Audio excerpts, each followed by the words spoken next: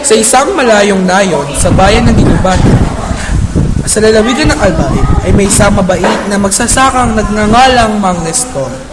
Si Mang Nestor ay binata at tahimik na namumuhay kasama ang kanyang mga hayop na si Ningning Inahing, Pong Pagong, Mikong Pipit, Kikong Kalabaw, Atong Baka at si Roas Kabayo.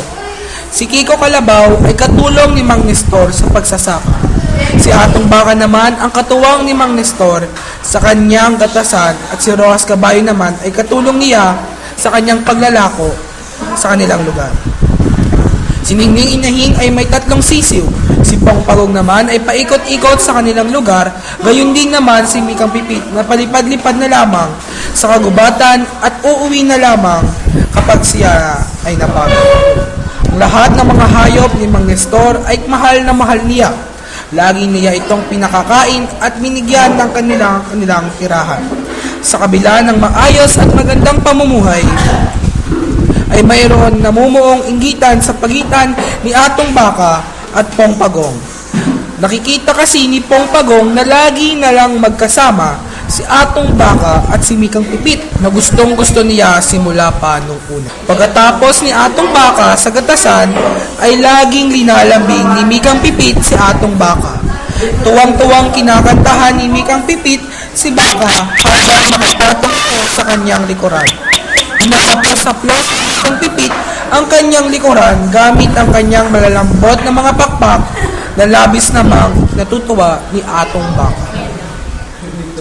Buti pa si Atong Baka. Ang madalas ibulong ni Pong Pagong sa kanyang sarili. Habang nakikita niya si Pong Pagong kay Atong Baka, paano ba naman kasi buti pa si Atong Baka ang madalas ibulong ni Pong Pagong sa kanyang sarili habang nakikita niya ang matamis na paglalambingan nila Mikang Pipit at Atong Baka.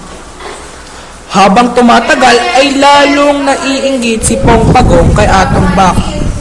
Paano ba naman kasi ay madalas niyang makita na hinahatiran ni Mikang Pipit ng mga pagkain si Atong Baka na kanya pang pinaghirapan maghapon. Tuwang-tuwa rin ang buong sangkahayupan sa paglalambingan ng ulan. Paano kaya ako mapapansin at mas mamahalin ni Mikang Pipit? Kung magpapatulong kaya ako sa mga hayop dito sa aming lugar? Tanong nito sa sarili habang nalulumbay na nagpapahinga mag-isa sa kanyang tirahan. Tanging mga kuliglig na umuugong sa kanyang tenga ang kasama niya sa mga tahimik na gabi katulad nito. Samantalang si Atong Baka ay natutulog sa isang malambot na dayami habang inaawitan siya ni Mikang Pipit. Tulugan ng Pagong ang inyong sa kanila. Medyo nababawasan na lamang ito kapag siya ay tinitingnan ni Mikang Pipit kahit sa sandaling segundo lamang.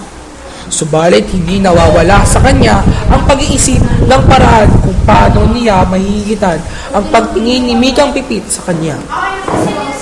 Isang araw, habang naglalakad si Pong Pagong ay nakita niya na nagpapahinga si Ningning Inahing at Kikang Kalabaw. Dali-dali niyang pinuntahan at kinausap ang dalawang hayop na ito. Magandang araw sa inyo, Ningning Inahing at Kikang Kalabaw. Magandang pagbati at ang singiti ni Pong Pagong. Magandang araw din sa iyo po. Sagot naman ni Kikang Kalabaw sa kanya at sinundan naman ito ng isang nakangising bati ni Ningning Inahing. Magandang araw din sa iyo. Agad naman na nagtanong si Kikang Kalabaw kay Pagong. May paglilingkod namin sa iyo. Agad namang sumagot si Pong Pagong. Wala naman, itatanong ko lang kung napansin ba ninyo ang dalas na paglalambingan ni Mikang Pipit at ni Atong Baka? Aba, oo naman. At syak, anong madalas Baka? Lagi-lagi silang naglalambingan. Sagot naman ni Kikang Kalabaw sa kanya. Nakakainis silang dalawa. Biglang sabi ni Ningning Inahing sa kanya. Pwede niya ba akong tulungan? Cut!